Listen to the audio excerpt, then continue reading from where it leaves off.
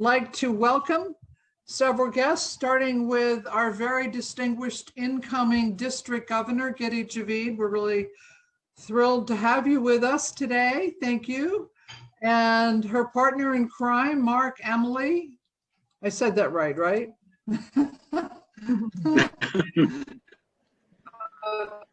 We're glad to have you too as well. And of course, our guest speaker, Sam Yebri. Did I get that right, Sam? Perfect. Thank you. Sam, our guest speaker will be introduced more at length and more appropriately in just a moment. And we have two special guests with us today. We have Benjamin Fisher and David Stover. We're really pleased to have you both with us.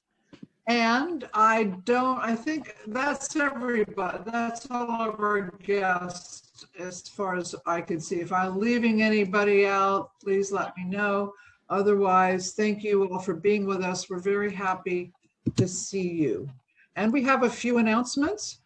As some of you know, our friend and member Sho has been promoted and transferred back to Tokyo by his company. Now, I hope I'm not going to massacre this. Yomiuri Shimbun, which is Japan's largest newspaper, was always expected that he would be here for just about 2 years.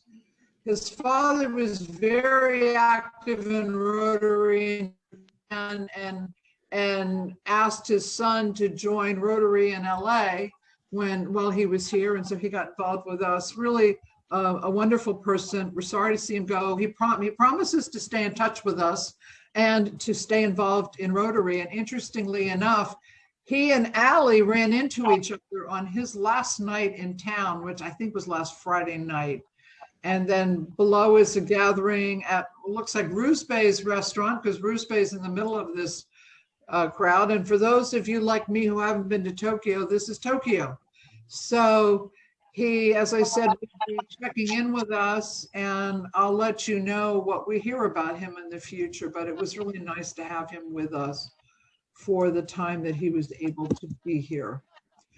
And on tomorrow, actually, at 10:15, the U.S. Air Force ROTC group at UCLA will be holding their award ceremony. We will once again be presenting the Sabre of Excellence to the top graduating Air Force ROTC senior. We have also provided the same award to the Army and Navy ROTC top ranked graduates. If anybody would like to represent us at tomorrow's award ceremony, please let me know or Diane know, and we'll send you the link. It's a short ceremony since it's virtual. It's only 45 minutes in the morning, so if you can make it and be there to represent us, that would be great. And this next weekend is also, the next Camp Pendleton collection weekend, which, as we've discussed before, has been a tremendously successful and important project by several members of clubs in the district. And because of the success and the importance of the work, they're going to be holding an additional collection period next week. So if anybody wants to participate, it's the 5th and 6th. These are the contacts and the locations. And in one case, the phone number. I'd be happy to send you the slide if you want a reference to it. So as I mentioned before, Camp Pendleton is home to 70,000 Marines and 10,000 children under the age of 5. And there are 160 babies born each month. And of course, these are the younger, more junior members of the military. So they also don't make much. A number of these service members qualify for welfare, which I find appalling. So everything and anything that we can do to help is gratefully welcome. And these men not only put together this enormous collection effort, but you'll see on the right, or my right side of the screen, what they've created in the sense of a free store where people who have needs can go in and get furniture, clothing, food, baby supplies, you name it. It's just tremendous. So my hat's off to these Rotary members and to anyone who can help out. And here, Governor Javid is going to help me out because apparently there have been a couple of changes made. I just want to mention that I encourage all of our officers, club leaders to find a session or more that work for you and attend. I think this is a really valuable session. And Giddy, you were going to tell us about some sessions that are being switched around. Yes, thank you, Nancy. Only 2 are switched around for the first track that starts at 9:30 to 10:30.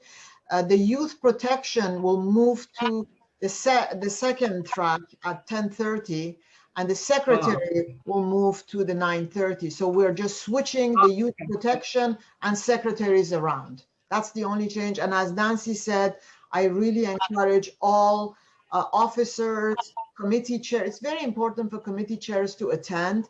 Board members, this is a great path to leadership and learning more about Rotary. Thank you. Thank you, Giddy. That's very helpful. And you do need to register in advance. It's very easy. You can just go to the district website and you would register for individual sessions. So you don't sign up for the whole day. You sign up for the sessions that are of particular interest to you. I'm sorry, Nancy, may I add one thing is that in order for your club to get certified for grants, global and district, you have to have at least 2 members who are certified, MOU certified. And there is an opportunity, if you haven't even already done so, on May 22nd, is June 5th, there is an MOU certification program at the end of the assembly. So please make sure you do that so that you don't lose out on taking advantage of the grants. Thank you, Giddy. I really appreciate you mentioning that. We have 1 member so far who has taken it, and at least 1 more is planning to on June 5th. So I'd love to see a couple more members. It's only, well, an hour. It's only 1 hour. But then you have to take the test and make sure that after you've taken the test, that sheet of paper is signed by you, signed by the president and president-elect, which is Nancy, but she has to sign on both lines and turn it in, because if that's not turned in, you'll miss out like my club missed out this year. Oh, okay. Okay. Yes, we definitely want to be able to take advantage of grant opportunities. So I will be checking with people who said that they would try to attend before next weekend. So again, I think there are a lot of very worthwhile sessions here, and I encourage as many as possible to join in. And I haven't seen Phil yet, and I understood that Phil, I'm just going to check here. Phil is taking notes for today. Well, I can send him the recording. Anyway, we'll follow up with him on that. And since this is the last meeting of the month, it's my privilege to recognize somebody who is a loyal, longtime member and really helps make things work. And it's not something, especially in pandemic times, that we want to take for granted. So I want to thank Jim Crane, our Sergeant at Arms, for just doing a flawless job in orchestrating those who give the pledge and offer the thought for the day. I never have to think about it. I never have to say, okay, who's doing that again? Jim is right there on time every single week. Thank you. I appreciate it, and you contribute to smoother and interesting meetings, so we all appreciate it. Thank you, Jim. And I wish I could give you your certificate in person, but since I can't yet, I will send it. I will send it to you along with your Rotarian of the Month pin. So thank you again for all that you do for us. And with this, whoops, we're not passing over Sam just quite yet. I'd like to bring on Tom Barron to introduce our guest speaker. Thank you, Nancy. I'm pleased to introduce Sam Yebri, who will be speaking on the history, contributions, and future of the Iranian-American community in Westwood, as well as discussing the community work of his organization 30 years after. 30 years was founded in 2007 with the mission of promoting the participation of the Iranian-American Jewish community in American civic, political, and Jewish life. The organization's various educational, philanthropic, and civic events have reached out to more than 15,000 people. Sam's journey began when he was just a year old, when Los Angeles opens its arms to refugees from Iran, promising Iranian families a brighter and safer future. This enabled his family to rebuild their lives in Westwood to live, as Sam puts it, the American dream. Sam is a local product of Fairburn Elementary School, eventually attended Yale University and USC Law School, and has spent his adult life trying to build bridges between communities. In addition to building a law firm in Century City, he has advocated for the rights of workers, tenants, and refugees, advised startups and small businesses, and served as a commissioner on the Los Angeles Civil Service Commission. He is also on the board of the Friends of Westwood Library, as our club is quite familiar with, and strengthened the Jewish community on numerous nonprofit boards. Sam and his wife Leah have raised their wonderful, lovely young children here in Westwood. Sam, you have an exceptional background, so please tell us about your involvement as an Iranian refugee to a leader in the community. Sam, you're up. Thank you, Tom. Very kind introduction. And Tom and Nancy for that really warm invitation for me to join you today. Just to begin, I can tell you how refreshing it is to be with people who take patriotism, tradition, and service so seriously. From Jim's remarks to Ed's beautiful rendition of it's really inspiring to be with you, and not only do you talk the talk. I know the Rotary is a group of action. I see the hashtag People of Action, and I'm just really inspired by the work you do. I'm excited to learn more and be involved, and I'm certainly going to share that Memorial Day service opportunity for folks. I was surprised to hear the level of poverty among our troops as well, which is really shocking, as Nancy mentioned. So I wanted to start a little bit to tell you a little bit more about my story, because I think it's emblematic of the Iranian-American journey in America. And I do want to start off by acknowledging that I'm not a historian, I'm not an academic, I'm someone who's really lived the experience and tried to be a leader wherever I could. So I'm sharing what I know, but I trust that Mark and Giti will correct anything that is wrong or share their insights. They are really great friends and mentors, and incredible leaders in the Iranian-American community as well. So is Ruzbe. I was hoping to see him as well. He's a dear friend and has incredible stories, and is a contributor to Westwood as well. And also I want to acknowledge that the Iranian-American community, while large and really tight-knit in some ways, it's not homogenous. And we'll get into that too, whether it's rather religious or ethnic, political or otherwise. It's really a broad community, like the rest of us Americans, right? So my story began in Tehran. I was born there in 1981, shortly after the revolution. My family fled both because of the revolution, the war, the Iran-Iraq war, but also persecution that the Jews were experiencing at the time. And we arrived in Los Angeles as refugees and were granted asylum, which was a new thing at the time. That was a new law in the late 70s that granted people like us who were fleeing war and persecution an opportunity to live the American dream. And we were very fortunate enough to settle in Westwood, which opened its arms, like Tom mentioned in the introduction, to our community. And I think all Iranian Americans really feel Westwood is we hold Westwood in a very close to our hearts. It's a really special place, and there's a reason why it has gotten the moniker of Tehrangeles, or Persian Square was sent there, and we'll talk about that as the president as well. And what I wanted to really focus on is not just the history, and I think we can talk about that too. And I do want this to be a conversation. I'm going to share a little bit more about me and sort of what I think the future of the Iranian-American community is, but I really want to be forward-looking and talk about what the future holds.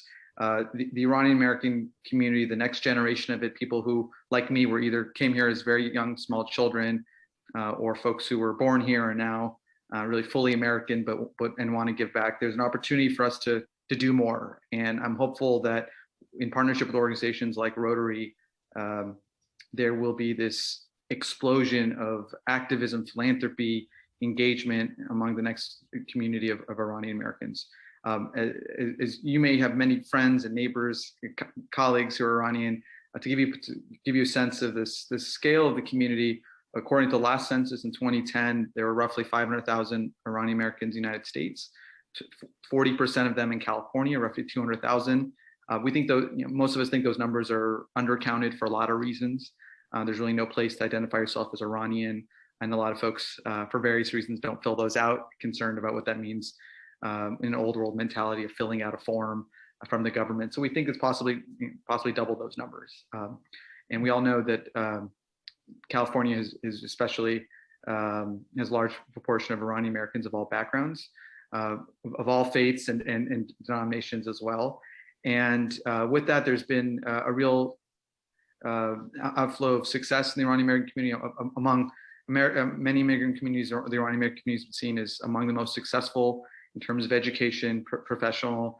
And what we're seeing now is the next generation leaving the traditional fields of medicine and law or business and really go into new innovative fields like tech and culture. And there's really now a focus on philanthropy. In our own backyard, we saw the Farhang Foundation and its incredible work at UCLA and elsewhere, and the Cyrus Cylinder right near Westwood and Century City area.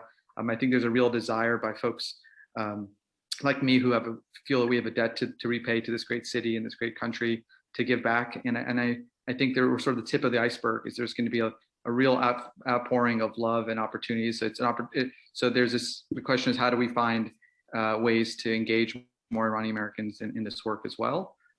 And that was really the impetus behind the founding of 30 Years After. Back in 2007, I was a young lawyer looking to do more in the community, and I was on a lot of nonprofits boards like Bethesda Legal Services. I was involved in things like in Westwood and involved in city, but I wanted to see more Iranian Americans involved in philanthropic life and Jewish life and civic life in Los Angeles. And what we were hoping to do was have one big conference where like-minded folks would come and learn about ways and meet their elected officials and register to vote and get involved. And we had 1,400 people attend on a Sunday in 2008, and that has led to the creation of an organization that 30 Years After that regularly hosts salons and community service opportunities, educational events, largely in partnership with other organizations. We actually did an event with the library a few years ago, and I see the Westwood Library, my co-board member Gordon is here. A service opportunity. Mark is here as well, Mark Rogo. So we've tried to catalyze that movement towards more engagement. And I've now handed off that organization to really wonderful new young people who are excited to be involved. And to give you a sense of the caliber of the people who are getting involved in the community, the co-president of 30 Years After right now is a former student body president at UCLA, a young woman in her 20s who now works at the Milken Foundation. And there are others who are prominent lawyers and community leaders as well. So I do think that in every generation there are people who get engaged and lead, I may be optimistic, but I think the Iranian American community is ready to rightfully take its part and take its seat at many tables across the city and be involved. And what I'd love to do is have a conversation about perceptions, myths, kind of questions that you may have about the Iranian American community. Like I said, we're not homogenous. We have different experiences. Folks came at different times. Folks came with some came with nothing. Others were very successful. And there's lots of different communities, including in Westwood and the Valley and Orange County. And there's different issues and priorities for each one. I do think there's a real opportunity for us to learn more, and I'm happy to share more about my viewpoints and my experiences in the community. I invite Mark and Giti to share theirs as well, and would love to hear your questions or thoughts. And I think this is we most productive as a conversation. So Tom and Nancy, I'm happy to invite questions to learn more about the issues on your minds at Rotary. Great. Who has the first question? Or an experience to share? I know that you know several people here and have had some shared experiences that would be meaningful. Gordon. I have a question. Yeah. What do you think is the most important or pressing issue that we need to deal with in our community? Yeah. That's a good one. In our community, in terms of Westwood and community and intra-community relations? I think the city, I mean, in Yeah. view of what you're planning to do and so Yeah. forth. So I think Tom mentioned, and I think Jim mentioned as well, our city has facing a lot of different issues. I think a lot of us have lost faith that City Hall can solve problems. Oftentimes we see it exacerbating problems in terms of solving it.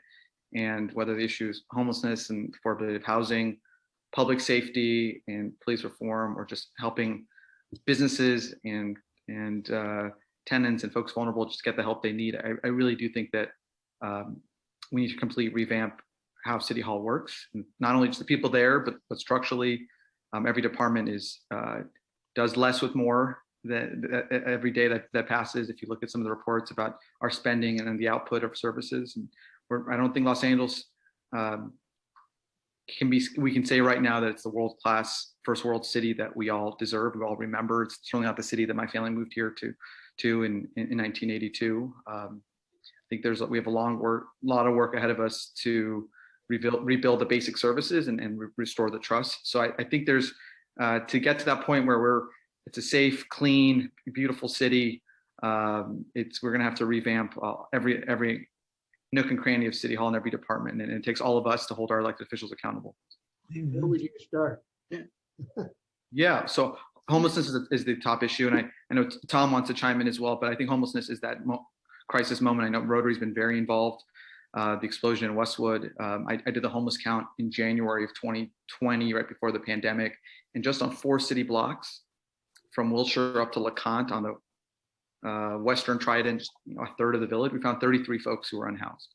Until you see them start looking for folks and counting them, you don't really appreciate the extent of this. And this was pre-pandemic. It's certainly gone far worse since then. And I think the city's approaches have lacked urgency. Building brand new construction housing at $500,000, $600,000, $700,000 a clip and taking 5 years to do it has left people behind. Folks are dying on the streets, 5 people a day. And there's other models that smaller cities have implemented to just build transitional housing, basically triaging the problem, getting folks out of encampments into different models of housing fast, and then get them the mental health help that they need. I think housing is important. It's a big part of the problem. It's necessary to deal with homelessness, but it's certainly not sufficient. I think we can all agree that mental health is a fundamental part of the homelessness crisis. If you didn't have a mental health challenge before you became homeless, you certainly do the moment you live on the streets and experience that, both the crime and the drugs and the issues there.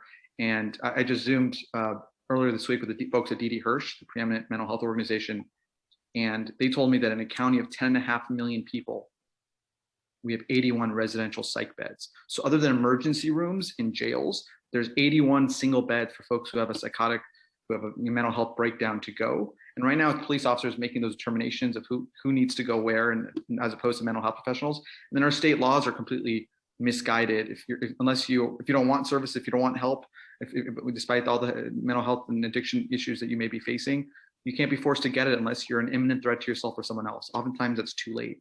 And the state has advocated for reforming those bills, and different advocates have shot them down. So I think we need to bring some common sense to this issue.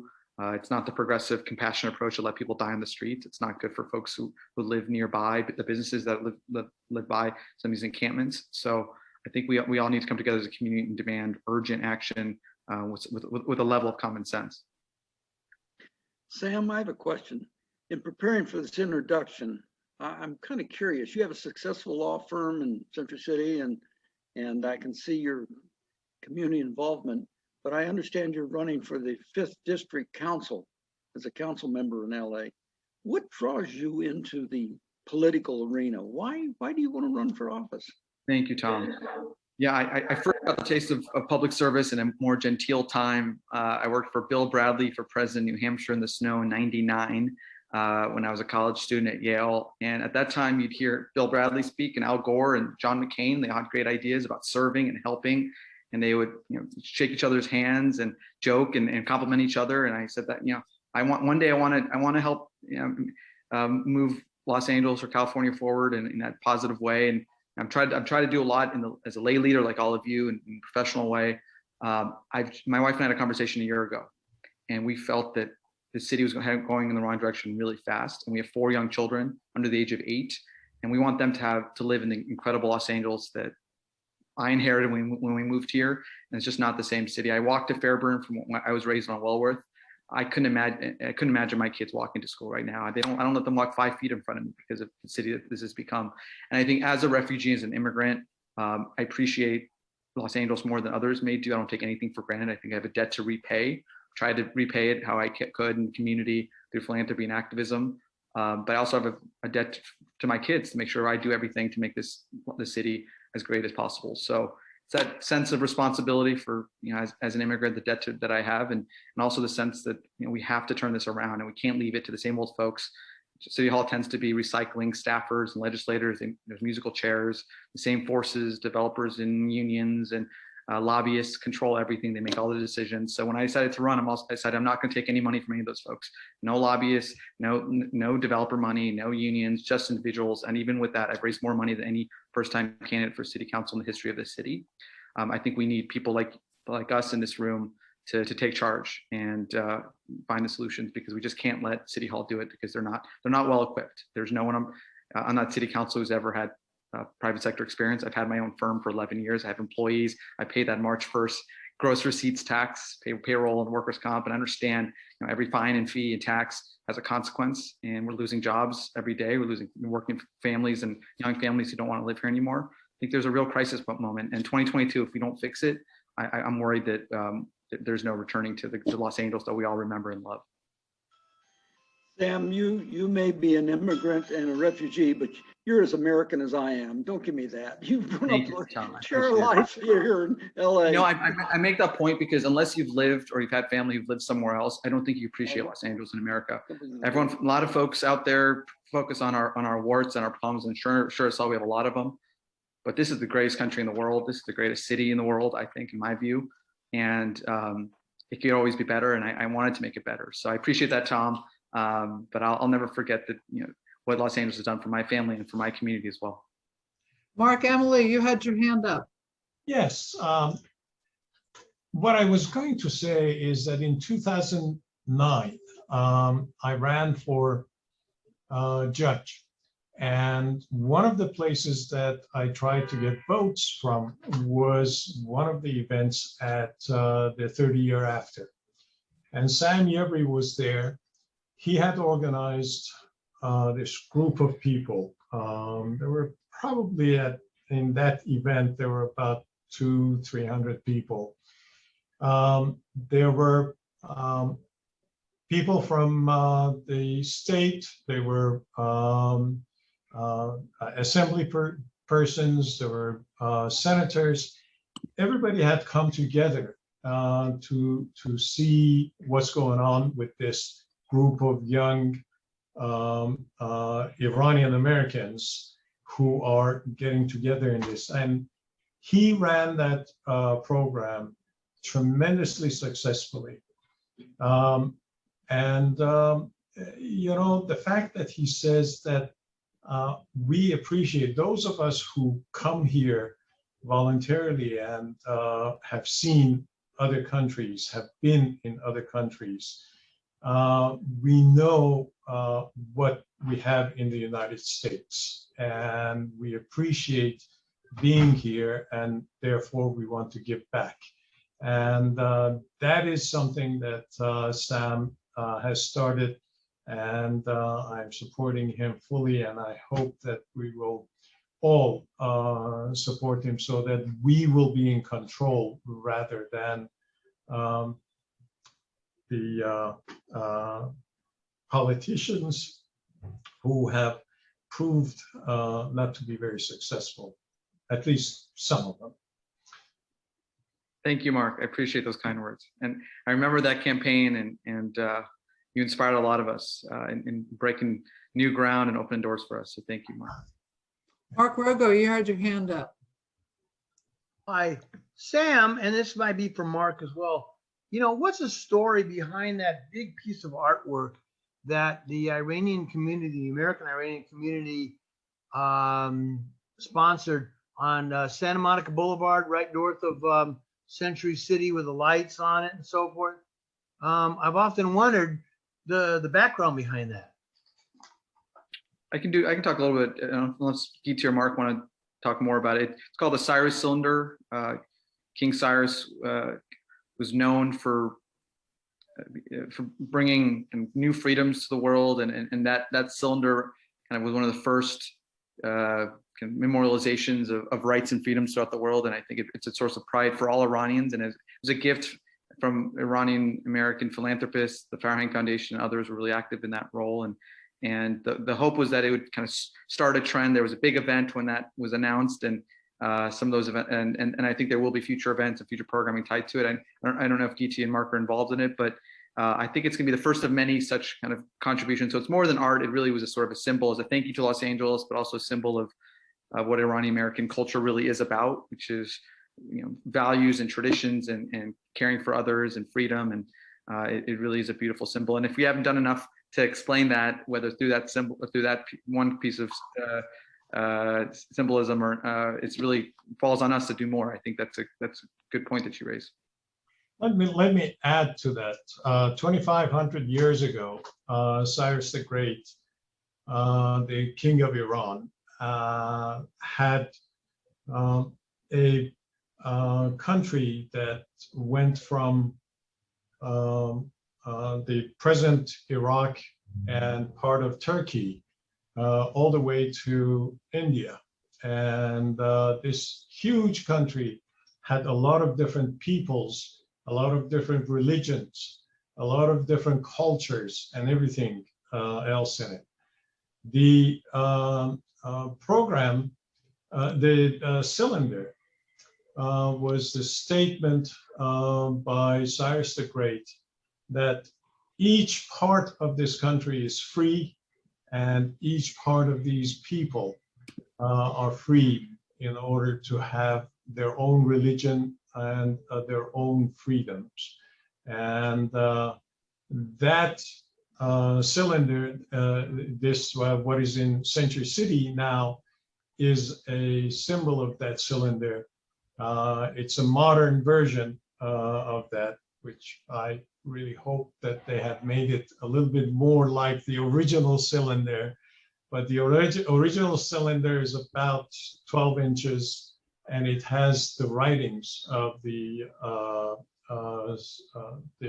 writings that Cyrus the Great had written on this cylinder.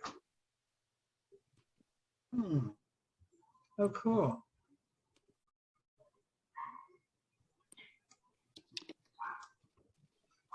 Ed, go. Oh, go ahead, Ed. Go ahead. Ed, you're on mute. Is the country of Iran fair game? Can I ask you a question about that? I'm happy to share what my views on. I guess my question is there any hope that Iran can transition from a theocracy to a democracy?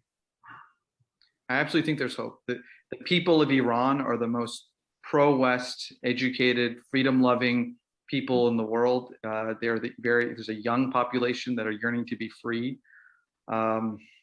They've stood up time and again. There was a green revolution in 2009. There have been different moments where the people of Iran have tried to stand up. They are being oppressed like you said, world needs to do more to help them. But at some point, you can't hold people down and freedom down forever. I'm optimistic that there will be, eventually there will be a democracy and election. There'll be new leaders. It's a matter of time. I hope sooner than later, but I absolutely do think there's hope. I have a question.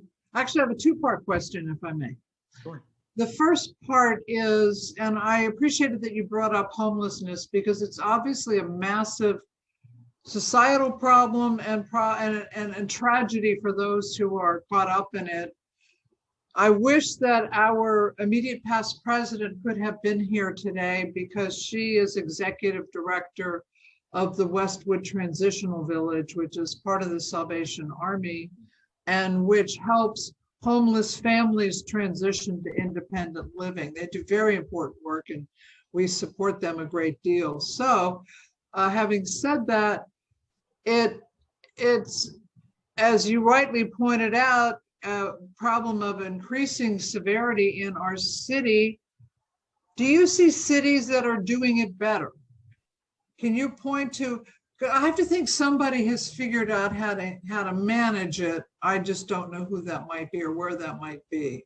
Yeah, so if you break it down, when you tackle big issues, we should break it down to the constituent pieces, right? So there's inflow and outflow issues and short-term, long-term issues. So on the inflow, what Los Angeles has is that there's a big problem of people falling into homelessness. So the county likes to say that every day we house 207 people, which is amazing and incredible, but 227 people fall into homelessness. And we all know Los Angeles has been a magnet for folks within the region, whether it's because of the weather or the policies, certainly because the beach area of Venice has become a new area, or Skid Row, obviously. So there's an issue of inflow of folks. So prevention is critical. I think we need, when the eviction moratoria go away post-COVID, we need to have some really good policies in place. I don't think we're ready for that at all. We just can't say you can't evict anyone, right? That's going to kill the mom and pop small landlords, and who are the majority of the folks who own the units in the city. Rent subsidies make sense. There's some kind of managed approach to handle those evictions, but I think that's a big problem. And then the outflow, right? It's a spectrum. There's folks who really just need, because they have some horrible economic experience in their life, an eviction, a bankruptcy, losing their job, medical bill, or domestic violence or bankruptcy, and they're on the streets. They just need an affordable place to live. So we have to do better to find places to build affordable housing in a smart way. And what we are building now, in terms of the transit-oriented program, is largely broken. So developers are getting density bonuses to build double or triple what they normally can build in exchange for 8 or 12% of that building being affordable housing or very affordable housing. But there's no public registry to make sure the people who really need that housing are getting it. There's no inspection, there's no auditing, there's no enforcement, there's no consequences. So a lot of those units are just vacant and the city's doing nothing. So the whole system doesn't work on that end. And that's sort of the immediate stuff. The long-term strategy will require, I think, changing our mental health laws, getting to the root problems of some of these issues. Our mental health system is really the breaking down of the mental health safety net of the last 30, 40 years. It's coming down now to roost. And I think that the things other cities have been able to do well in terms of the transitional housing, they've been able to build small sheds, tiny houses for $5,000 or $10,000 a unit. Where the city of LA, when they first tried to do it, was costing $130,000 because we insisted on making a construction, putting in concrete footing, connecting utilities below ground, having prevailing wage labor folks build it, and instead of a $5,000 shed, it costs $130,000. So just a lack of common sense on how to do this. And meanwhile, it's taking too long when people need the help every day. There's also issues of enforcement, right? We've seen increased crime related to homelessness, whether it's the fires, 27 fires set every single day in the city of Los Angeles, 60% of them set by homeless folks. Two horrible ones in the Palisades just this month, right? We have to be honest about what the consequences of and what's not working and what the consequences are. There've been murders related to it. There was a horrible murder on 6th in Maryland, on the east side of the 5th Council District. A 31-year-old man, Gabe Deny, was murdered in his backyard by someone who was homeless. A 100-year-old man in Encino on Alonzo was killed by a homeless person with a machete. We have to understand this, the public, not only a catastrophe for folks who are unhoused and they need help, it's also, a real danger for us as a community. So I'm going to, these aren't things that politicians usually say. They try to tiptoe around the issue and be politically correct. I think that moment has passed. Answers and solutions, and no city has figured it out, because no city has it to the scale. Even New York City, the $1 billion that the city and county spent last year, that's $1 billion of our tax dollars was spent. The problem got worse 16%, and that's pre-COVID. We're going to invest another $1 billion. Both Governor and Mark Garcetti. The city and county are going to end up spending $2.5 billion in 2021 on homelessness, and nothing suggests that the problem is going to get any better. Phil. Hi, just putting aside homelessness for a minute, because it's a huge issue, and I don't see a quick fix for it. Is there any low-hanging fruit that you'd like to try and work on, like quality of life issues, like street cleaning? Maybe alternatives for the police not responding to non-violent calls, getting more social workers in there. Just like more low-hanging fruit. Do you have any ideas on some low-hanging fruit that you'd like to look at? So many. Hey Phil, good to see you. I think Lisa's on here. Great to see you. So many. So you named a couple of them. The key one is making sure police officers are focusing on what we want them to be doing, which is preventing crime, violent crime, gang crime that we're seeing, including Westwood Village, right? I was raised in that village to see there's a 41% vacancy rate and see all the crime there, and it's heartbreaking. I did the Citizens Academy, LAPD Citizens Academy 2018. I spent learning about how the department works. An incredible program. And the rank and file folks at LAPD I spoke to, they don't want to have to deal with homelessness. They're not trained to do it. They'd rather be out there really going after criminals. So I think adding mental health professionals in addition to, but not in lieu of police officers, to handle those mental health calls. In our library, Mark and Gordon know, there's a defund the library movement, let alone defund LAUSD and LAPD and Metro.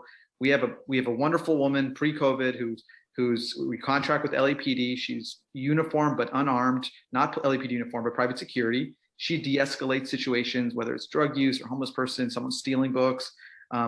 And because of her, we haven't had to call LAPD, but there's a movement now to get rid of someone like that because it quote unquote criminalizes, terrorizes, militarizes libraries. It's just nonsense. So I think rebutting that idea and kind of doing better on public safety is critical. And there's a whole bunch of public safety issues, right? In addition to violent crime, street racing is an epidemic, and I think we can a lot to do there. Other quality of life issues, one that folks don't know about often is, or talk about, is oil and gas wells. The 5th Council District has more oil and gas wells under our homes and schools than any district in Los Angeles. Just at Pico and Doheny, 51 oil and gas wells under our homes and schools, and the county and the city of LA has not inspected those for 30 years. There's an ordinance that was supposed to be on the books and never got ratified, and has never been funded, and it's just it's really shocking to hear. Our recs and parks, right? I think all of us understood that the need to house folks there on an emergency basis during the pandemic, that it's gone too long, and now they're on disrepair. We need more green space. We need more park space. I'd love to find places to put more little pocket parks like we have on Glendon and Wellworth. I was raised on Wellworth between Malcolm and Selby. So that's one that if I were a young kid, I would have loved. We got to find more places to put more park space and green space, more trees. I think business revitalization, I know you and Lisa are really involved in the village, as Mark and others. We have to get to the point to what Rick Caruso called is we need a village where a young mother in a stroller is going to want to spend her time and money. And that's where we have to get to. And that, one that caters to the homeowners and the neighbors as much as it does to the students nearby, right? And I think that's a proactive Westwood person like me who really cares about the village, does not want there to be one single vacancy is critical, and figure out how to deal with those issues, whether it's the landlords or some of the specific plan issues. Westwood Village should be the gem of Los Angeles, with the subway coming especially, and with the Expo line and Google just south. It should be really the most beautiful, best place to spend time. I think there's really creative ways to make it a destination, making it pedestrian friendly, or entirely carless, like on Broxton. Some green space, some outdoor music, that makes sense. I think there's a lot that we can do. I know you've been a leader on that issue too. So there's so many issues. I know we're running short on time, but ultimately those quality of life issues are the ones that really going to matter for us and our family too. But until we deal with homelessness and public safety, I don't think Los Angeles can be that great city. And the core job of a LA City Council member is to provide security and services, right? And you mentioned street cleaning. The fact that we're cleaning our streets every other week. goes to a much greater problem, which is our pension and our economic crisis. If we weren't bailed out by President Biden, the city of LA would have had a $700 million to a $1 billion deficit for 2021, and would have gone worse in 2022. We have to, as Controller Galperin has identified, get to the core of the fraud and abuse that we have in our system. We spend way too much on, and we're not getting enough for our tax dollars. So, thank you. Appreciate it. Sam, I've got another question. Actually, if I'm not mistaken, the mayor of Los Angeles is only responsible for the fire department, I think the police department. The city's really run by council members. And if that's the case, I guess councilman in your district, the 5th district, is West Los Angeles, correct? Correct. If that's correct, then you would have an influence, or the councilman. Like you said, I wouldn't be giving up my law practice, my 10 nonprofit boards, all my time with my family, to just sit on a board somewhere, sit on legislature. I think this is the most important job affecting our lives. If you live in the 5th council district, who your council member is the most important decision you make.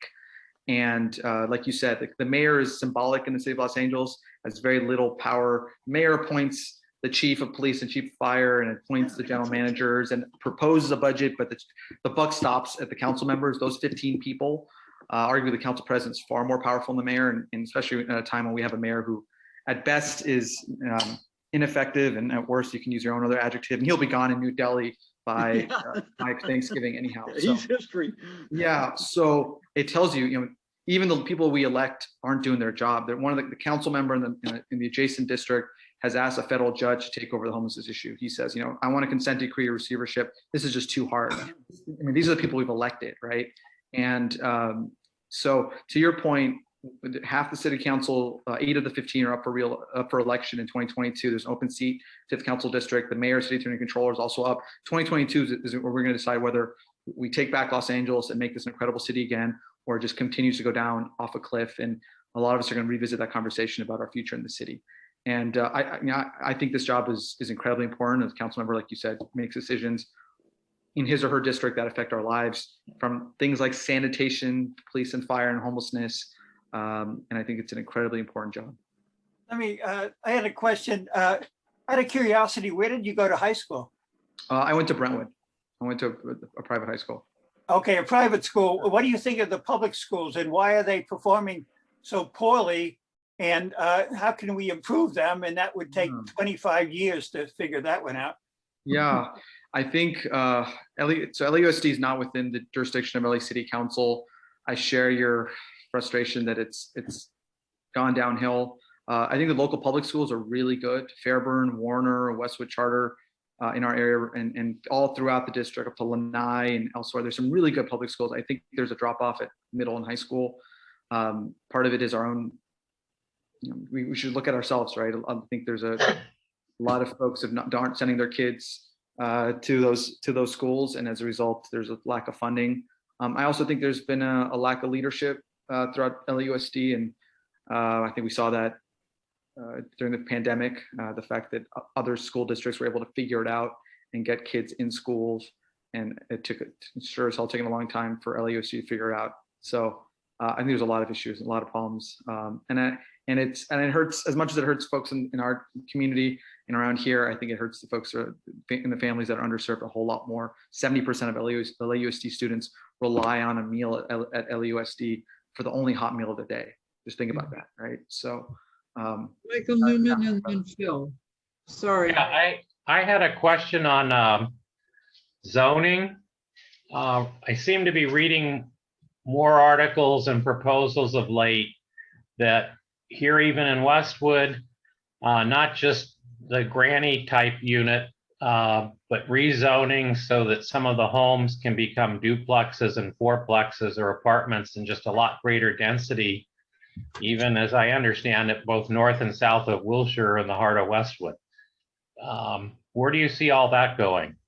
So the pressure is largely coming from the state. So there have been bills, SB 50 and now SB 9 and 10. SB 9 just passed the state Senate by 1 vote, which would upzone single family residences, zoning to make potentially 6 units, 4 to 6 units in every single home, and wipe out all local control, meanwhile doing nothing to add affordable housing, do nothing to add the infrastructure that we need. Our city has basically 40 years behind in the repair of our infrastructure. We've deferred maintenance for 40 years.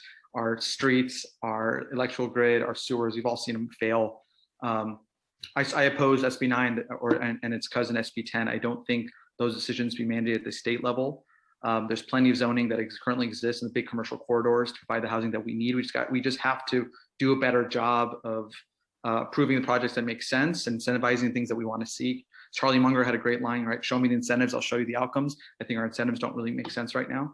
So I think, unfortunately, if SB 9 and 10 get passed by the legislature and would be signed by the governor, and he's indicated that he would sign them if they pass, local council members' hands will be tied.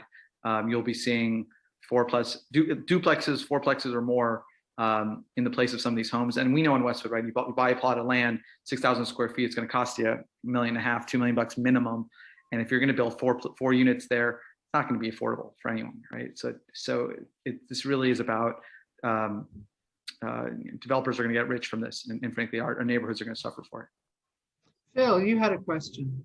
I was going to say, for the past 25, 30 years, we've had council people in our district who really only viewed this job as a stepping stone to something else. So they were just professional politicians that went from one job to another job, where they just have multiple pensions now.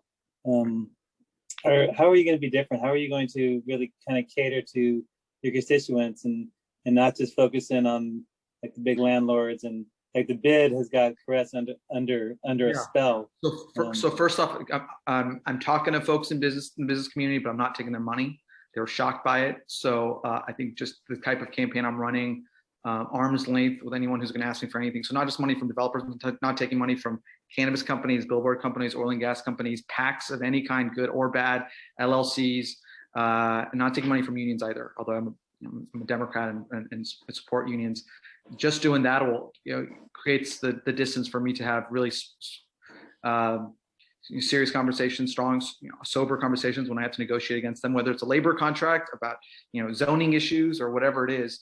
That's one. Two is I'm not just a staffer. I haven't spent the last 15 years working for a politician. I don't come from a legacy of politicians. Like I said, my story. I came here with nothing and went from Fairburn to Yale and started a business and raising a family. And ideally, if the politicians are doing their job, if things were really great, I would continue doing the great stuff in the community and spending time with my family, and not spending my Thursday afternoon or with on a Zoom talking about homelessness, right? So, and I can tell you, my wife has no interest in making this a 30 or 40 year endeavor or running around. I'm going to try to do what I can in 4, 8, or 12 years, and hopefully get back to being a lay leader like you and getting back into the private sector eventually. But and I have no interest in leaving Los Angeles. Sacramento and DC are swamps, and I have no interest in ever leaving Los Angeles. I'm running for this job because I love LA, and I would never want to leave this city ever.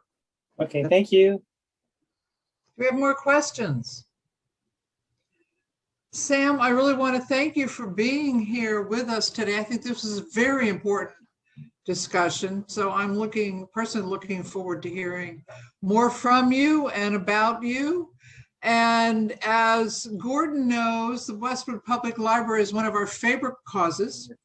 So as in appreciation for taking the time to meet with us today, we'll be making a donation to the library in your name. Thank you. That's so exciting. I hope to see all of you at the library soon when we open up. We're hoping that will be the next batch of libraries that open up. And we have a deferred anniversary. We were supposed to have our anniversary last year. We're going to have an event eventually. We'd love to see all of you there, and hope to meet you all of you at a Rotary event in the future. So thank you for inviting me. It was really my pleasure. It was great talking to all of you.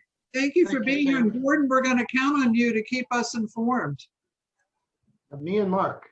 You. Is Mark? Yeah, okay, me, fine. But Gordon manages our checkbook and balances our budget. So Gordon's the one in Boston. Mark spends it, but Gordon is the CFO. Got it.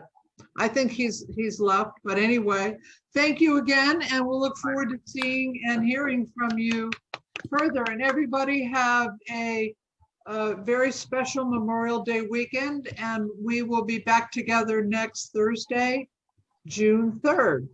Take care. Be well. Be safe. Hi, everyone. Thank you. Thank you, Sam.